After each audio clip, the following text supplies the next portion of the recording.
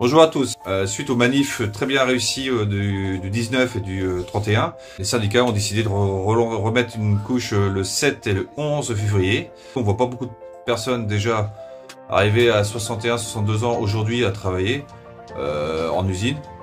Alors demain, à 64 ans, je vois pas comment ils vont faire.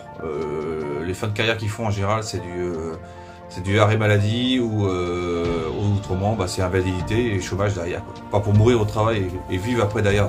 Prendre une bonne retraite, manifester le 7 et le 11 février. Rejoignez-nous, on sera tous là, autant que ce soit un samedi ou que ce soit le mardi.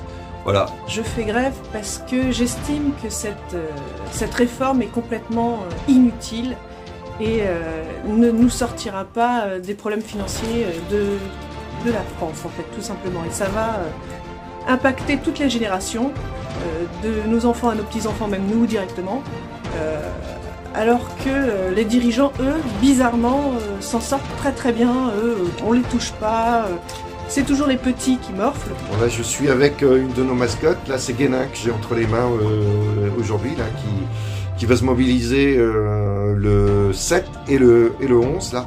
On est en train de se projeter sur un gros rassemblement sur Plouermel pour venir en soutien aux copains et aux copines de Chive Rocher, là, c'est les usines de parfums qui partent en fumée.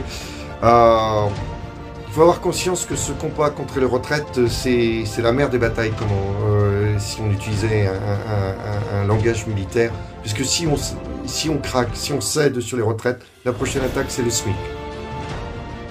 Donc non seulement il faudra travailler de plus en plus longtemps, mais être de moins en moins payé.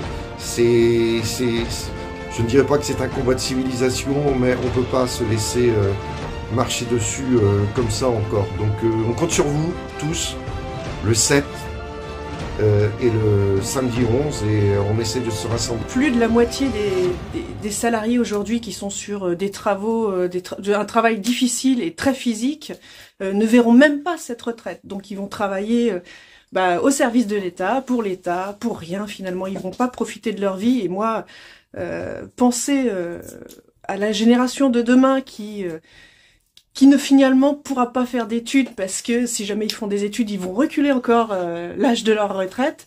C'est travailler après, c'est courir après un train qui s'arrêtera jamais, quoi. Il faut pas que ça dure.